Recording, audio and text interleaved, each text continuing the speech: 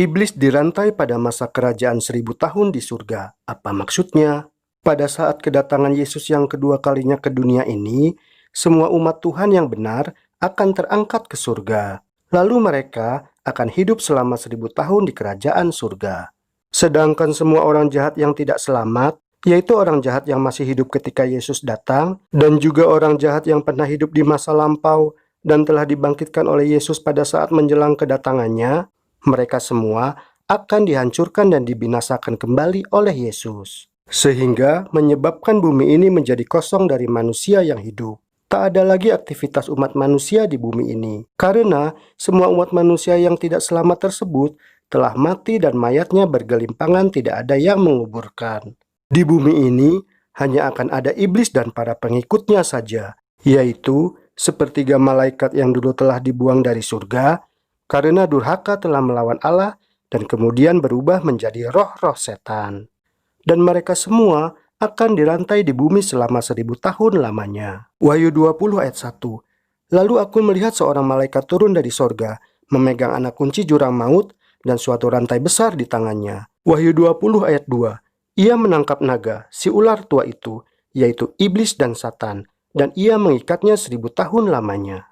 Wahyu 20 ayat 3. Lalu melemparkannya ke dalam jurang maut, dan menutup jurang maut itu dan memeteraikannya di atasnya, supaya ia jangan lagi menyesatkan bangsa-bangsa, sebelum berakhir masa 1000 tahun itu. Kemudian daripada itu, ia akan dilepaskan untuk sedikit waktu lamanya.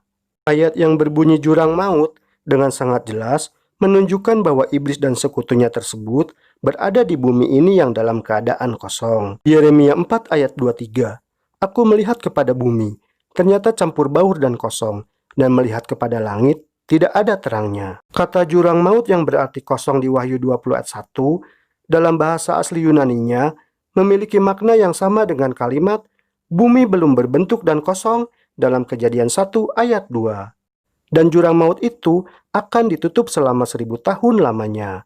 Iblis dan para malaikat jahatnya akan diikat, atau dalam terjemahan lama, mereka akan dirantai selama 1000 tahun. Keadaan iblis yang diikat atau dirantai dalam peristiwa ini adalah hanya bersifat simbolis atau lambang saja.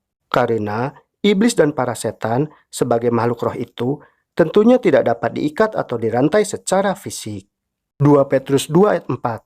Sebab jikalau Allah tidak menyayangkan malaikat-malaikat yang berbuat dosa, tetapi melemparkan mereka ke dalam neraka, dan dengan demikian menyerahkannya ke dalam gua-gua yang gelap untuk menyimpan mereka sampai hari penghakiman. Maksudnya iblis dan para setan itu diikat atau dirantai adalah karena mereka telah terbelenggu oleh keadaan. Sebab malapetaka telah menghancurkan dan mengosongkan bumi ini dan membawanya kepada kondisi yang kacau, seperti keadaan bumi sebelum penciptaan. Sebab pada masa 1000 tahun tersebut, di bumi ini sudah tidak ada lagi manusia yang hidup yang dapat digoda dan dibinasakan oleh iblis, sebagaimana yang sebelumnya biasa dilakukan oleh iblis dan para pengikutnya terhadap seluruh umat manusia.